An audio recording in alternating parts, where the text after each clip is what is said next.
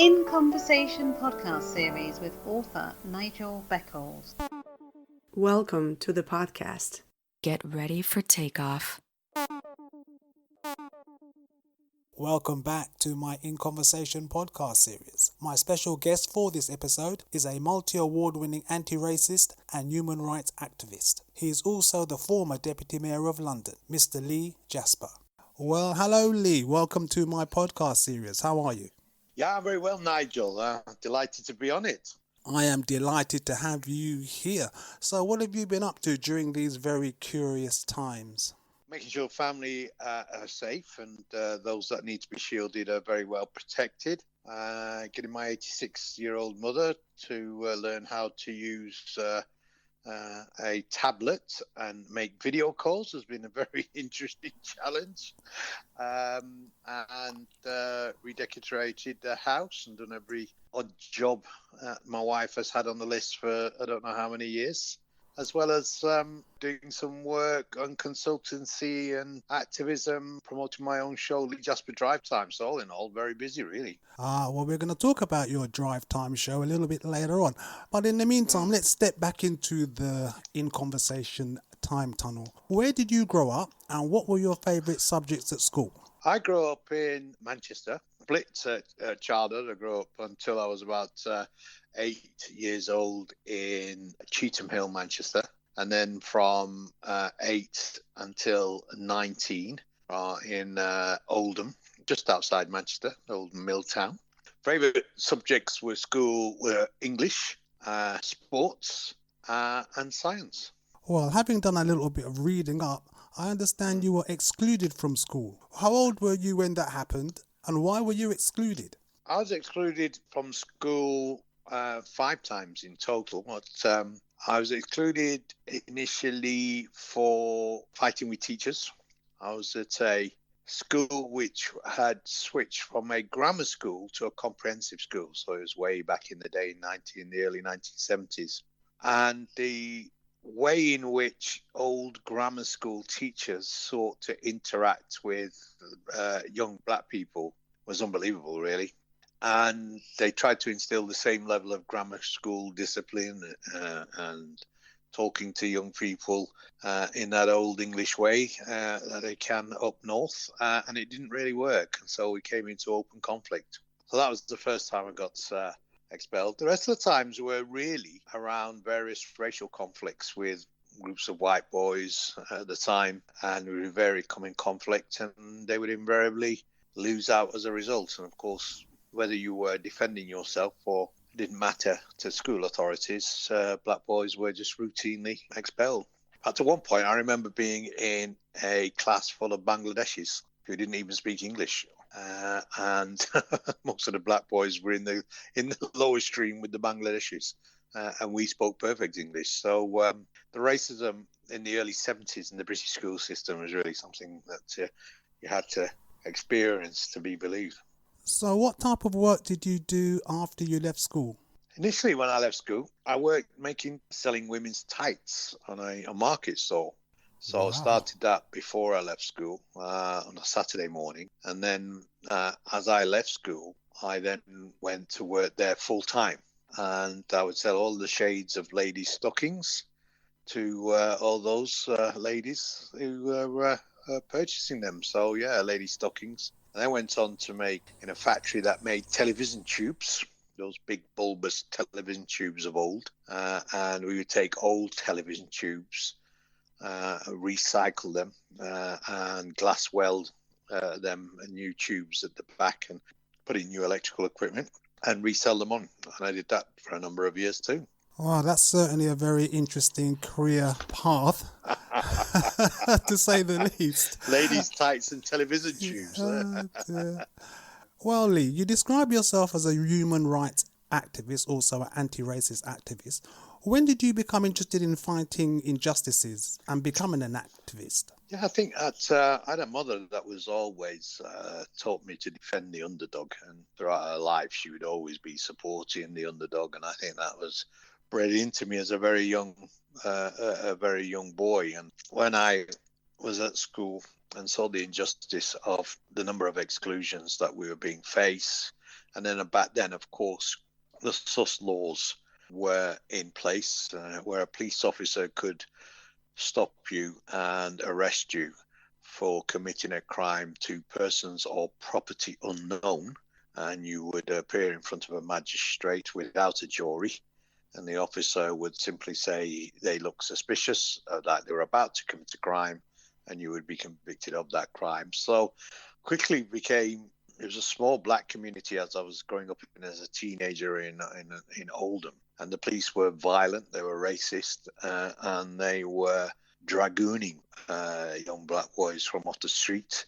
And that really fired up my sense of injustice and probably set me on the path to being a human rights activist. So what do you believe are the causes of racists and racism? Well, white supremacy is the cause of racism. It's a culture and a systemic institutionalized system of discrimination that racially profiles and targets people of color. And my community is the African and Caribbean community, and we know through our long history that we have been long subject to that sort of discrimination, which today, unfortunately, has resulted in disproportionate number of deaths within our community from the COVID virus as a consequence of our structural inequality and poor health brought on by low wages and poverty, bad housing.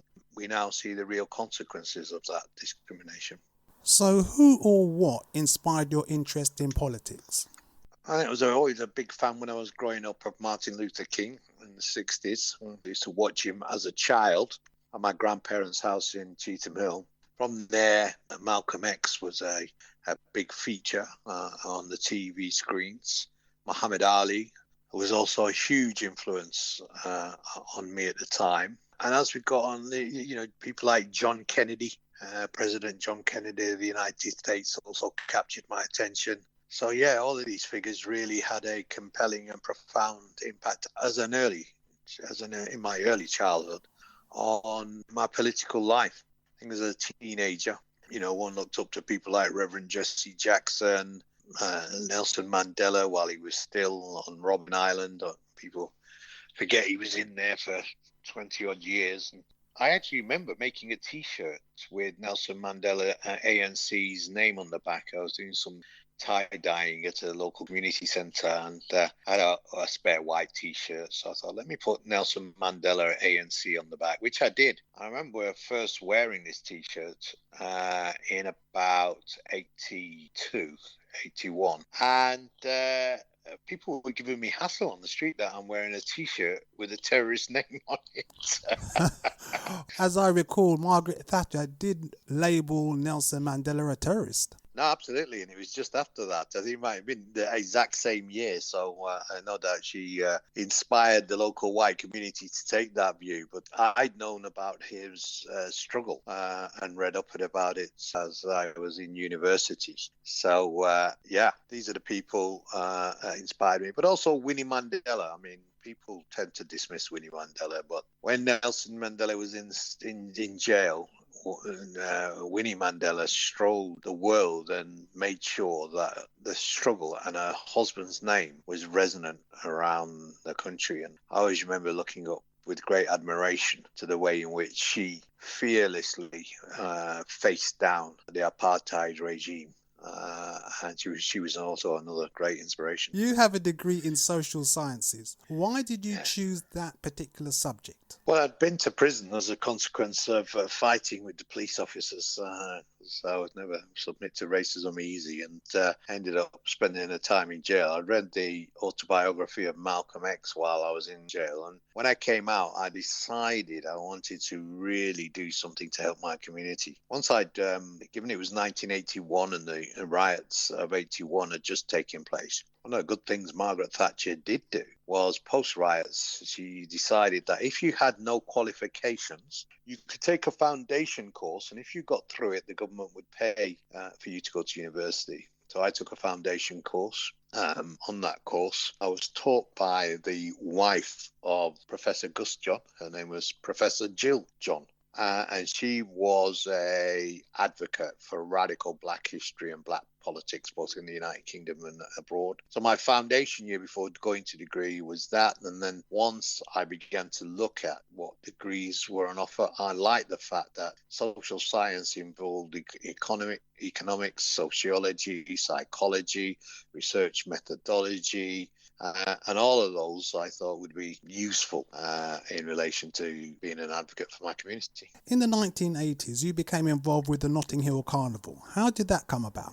Well, because I'd done that foundation course with Professor Jill John, and she'd given me the history of the Mangrove Community Association and told me about the Mangrove 11, Darcus Howe, Frank Critchlow, Notting Hill Carnival. So when I eventually became employed and got my first job after coming out of university in London, I was working as a homeless charity in Peckham, and across my desk came a leaflet saying that Frank Critchlow had been falsely arrested and fitted up by the Metropolitan Police Service, and there was a community meeting to that effect. I went to the community meeting, and I went there just to hear what was happening. I got recruited into the Mangrove Community Association, and I ended up staying there for 15 years.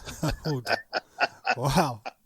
Then I became, got involved in the carnival, became chief steward for All Saints Road, which if anybody knows Carnival knows that All Saints Road is the beating heart of Carnival. Chair of the Mangrove Community Association, and one time was the General Secretary for Notting Hill Carnival itself. So had a very rich and in-depth political education of the finest. I mean, it's a PhD level of education to work at the Mangrove Community Association, and Notting Hill Carnival. And how do you feel about Carnival being cancelled this year? I think it was inevitable, really, given the scale of death as a consequence of the virus, and black people are more subject to that virus. So I think all in all, it's probably in the best interests of Londoners, and more specifically the black community, that we furlough Carnival for this year and hopefully come back bigger and better even next year. On the 22nd of April 1993, Stephen Lawrence, the black British teenager from Plumstead, London, was brutally murdered. How did you become involved with the Stephen Lawrence campaign, and what was your role? Well, I was already in that area of London, because people won't know, but Stephen Lawrence was the fifth young black person to die in that area. And so as a member of the National Black Caucus, a radical social movement, national black movement that we were involved in at the time, was already working with families who'd been victims of racist attacks and murders in the area. So we were already working up there, trying to raise consciousness and challenge the police on their failure to tackle these attacks by white racist gangs. And of course, when Stephen Lawrence happened, I'd already been involved in the Roland Adams campaign, reached out and brought over the Reverend Al Sharpton to be part of that campaign and bring an international spotlight on the death of Roland Adams. And of course, 12 months later, Stephen Lawrence died. So we were already on the streets of southeast London. We were already alive to the reality of extreme racist right-wing groups who were riling up local youths to, attack and resist what they called the black invasion of people moving into the area. So I immediately contacted the family and was involved in campaigning on their behalf because of my contacts with the Mangrove. And we were take the Mangrove Steel Band down to the South Africa House. There used to be a 24-hour anti-apartheid picket down there, and once a year we used to take the band down there and play outside South Africa House for the anti-apartheid 24-hour picket, carry a whole lot of black people with us. So we became very friendly with ANC colleagues who were here in the United Kingdom, and that meant when Nelson Mandela was released, we were very close with the ANC, and I managed to convince him when he came here that he needed to meet the Lawrence family. So I was able to organise that very now famous visit of Nelson Mandela meeting Mr. and Mrs. Lawrence, which really turbo boosted the campaign in terms of national and international awareness. with Nelson Mandela saying that black lives were cheap in the United Kingdom. Do you believe there has been any great changes since the tragic murder of Stephen Lawrence? Well, there have been great changes. I'm not so sure they're for the better. Certainly, we've seen a decrease in the number of racist murders, white people on black, but they've been sadly replaced by our young people murdering themselves, a far greater number than was ever the case when we were victims of racism from white extremists. Black deaths in custody numbers have reduced, so there aren't as many black men who die in police, black men and women who die in police custody as there was back then. But on the other hand, the number of black men and women who are incarcerated in prison and jail has increased dramatically. Racial inequality, the gap between black and white in terms of wealth, education, employment, average pay rates, average education rates, and so on and so forth, all of those have widened, particularly over the last 20 years and particularly over the last 10 years as a consequence of austerity. So in many ways, although some aspects of racism have become less pernicious, other aspects have become as equally toxic. And overall, I'd say things have got worse rather than better. I first met you back in October 1998 at the 10,000 Man March, partly organised by the Nation of Islam, UK. At the time, I was studying a qualification in radio broadcasting. And as part of that course, I had to produce a documentary. So I chose the Nation of Islam. And just by chance, I happened to see you at the event, and I asked you for a few comments. Whether it'll be a black movement or whether it'll be a civil rights movement, we'll have to wait and see. But certainly, I think you're going to see a movement in the UK. We discussed the possibility of a movement growing in the UK. Obviously, that hasn't happened. Do you think there will ever be a movement for racial equality in the UK that is effective? I think there will be a movement in the UK that is a civil rights movement that will be effective. I think that we've only been in huge numbers in Britain since the early 50s, although we've been here for 2,000 years, according to British historical records. You know, there were Ethiopian princes and princesses buried at the foot of Hadrian's Wall, and the historian Robin Walker and others have made mention of the fact of the longevity of our historical presence in the United Kingdom. But we've been here in big numbers since the 1950s and the arrival of the Windrush. And the reality is that it takes time for a community to build up the kind of civil rights movement we've seen in the United States. One must remember that the United States African-American community have been a singular cultural phenomena within America for 350 years. And for the last 100 or so years since the abolition of slavery. So their struggle has been a lot longer, a lot deeper, and the development of the institution of African churches like the AME Zion Church, and the churches related to, you know, the kind of Pan-Africanism that we saw under Garvey and the Ethiopian Coptic churches, well developed in America, whereas in Britain we're a fairly new community in that regard. And sometimes the comparisons with what we see in the States and what we see here are unfair to that extent. But I do think that as a consequence of COVID and what we've seen of the reality of structural racism and inequality, that this next generation, not only are they inspired by trying to save the planet by combating global climate change, but they're now alive to the fact that social inequality can literally mean life or death when you're facing the kind of biological existential threat of a COVID crisis. In America, the Black Lives Matter movement has risen in significance in recent years after the deaths of several black people. What do you think of the Black Lives Matter movement? Yeah, I think the Black Lives Matter movement is, a new extension of the civil rights movement in America. It's one where young black activists are gathering together and making what they can in terms of resisting the white supremacy that sees African Americans, almost by the month being slaughtered and needlessly murdered by either white American citizens or white police officers. So I think that the movement is dynamic. It's seeking to make an impact. It cites the realities of white supremacy and structural inequality as being the enemy of the African American community. And thank God for them, because without them, there wouldn't be the kind of protests that we're seeing on the street that are so reminiscent of 1968. Demanding, equality and justice for African Americans. I am very happy to say you have won numerous awards for your work as an activist. Which one surprised you the most and why? I think the one that surprised me the most is I got a Lifetime Achievement Award from the National Union of Black Students. And funny enough, the MP who's recently been elected, Belavia Ribeiro for the Labour Party, the MP who took over from Chuka Unma, was a student activist back in those days, and she was the Black Students Campaigns Officer for the National Union of Students. And I'd helped form the National Union of the Black Students Campaign in the NUS. And as a consequence of helping form it, I spoke every year at their annual conference for something like 17 years straight.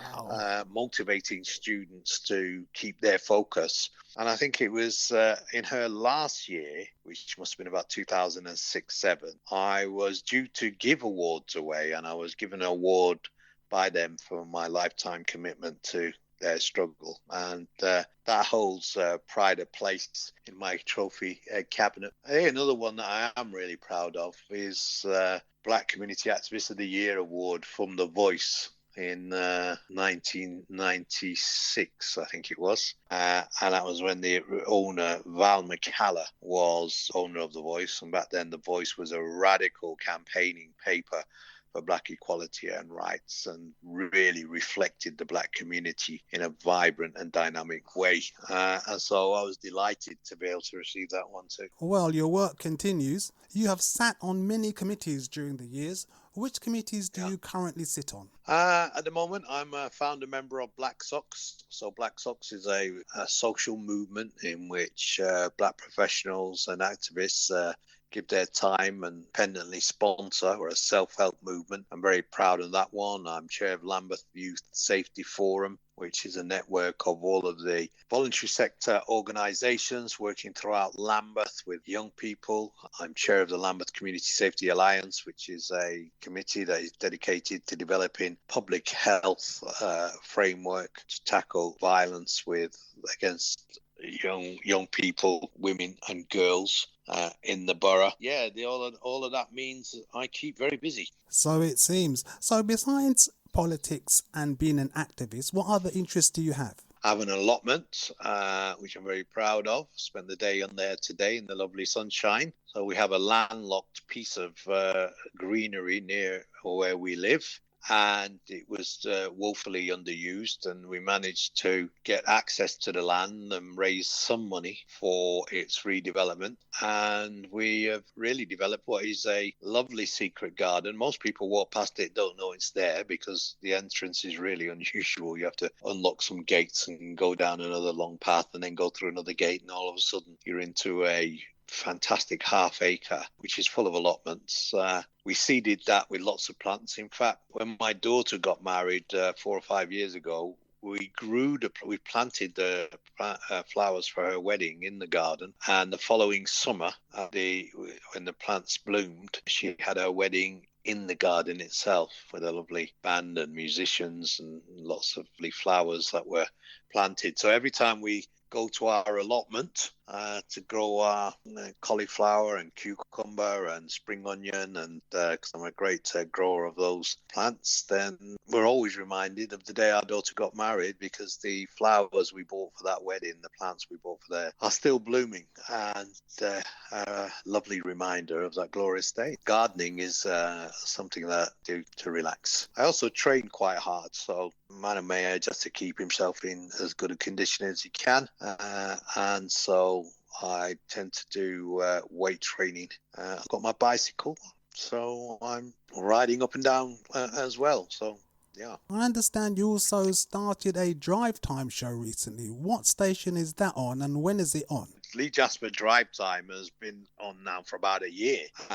It's on YouTube, it's on Facebook. It's run by a platform called MediaNet TV, which is, you can Google and find. It's been a huge success. I had lots of interviews with people who have faced profound injustices. And of late, because we are in lockdown, I redecorated one of my spare bedrooms into a YouTube studio, and I've been broadcasting from there every Saturday. I'll be broadcasting from there every Saturday for the ongoing future between 10 a.m. and 12, focusing on a variety of topics. We've done black men's mental health, women's mental health, we've done the coronavirus, and also we've done some big international programs. Just last week we had what we call Black Socks Global Black Social Movement, pulled together Reverend Al Sharpton from New York, Professor Cecilia Pretes from Brazil, who really give a powerful insight into the deep apartheid that Afro-Latinos, Afro-Brazilians are facing in Brazil, a level of racism that is concurrent with the apartheid South Africa in the 80s. It's really going to be seen to be believed. And as well as activists from France, Australia and others into an international discussion about the impact of COVID on the international African diaspora. So between Drive Time and Black Socks Global, which is now running every month with a series of global debates, it's been my other abiding passion. So Lee, how can people contact you? Okay, well, I'm the most active person on social media as a black activist. I'm sure you are. A case of how can you get away from me, really? So if you Google Lee Jasper, you'll find that I'm very easily contactable, but people can email me. People can email me on lee-jasper@live.com. But I've also got a blogspot, Lee Jasper blogspot. Find me on Facebook. You can find me on YouTube, and you can find me on Instagram. So, and even WhatsApp. So I'm all over the social media, easily found. Well, with your profile, I would hope you are easily found, sir. I know the police are happy to. I know the police are happy to know where I am at all times. Mr. Lee Jasper, thank you very much for your time. Very much appreciated. Well, a delight, and keep up the good work, because I'm listening to your podcasts and they always provide me with a smile and some interesting insights into people's lives. So you're chronicling Black British history, and you're to be applauded for it. So thank you very much. Thank you. Appreciate that. No worries.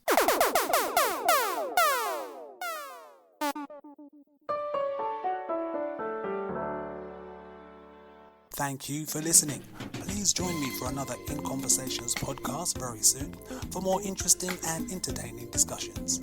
Stay safe.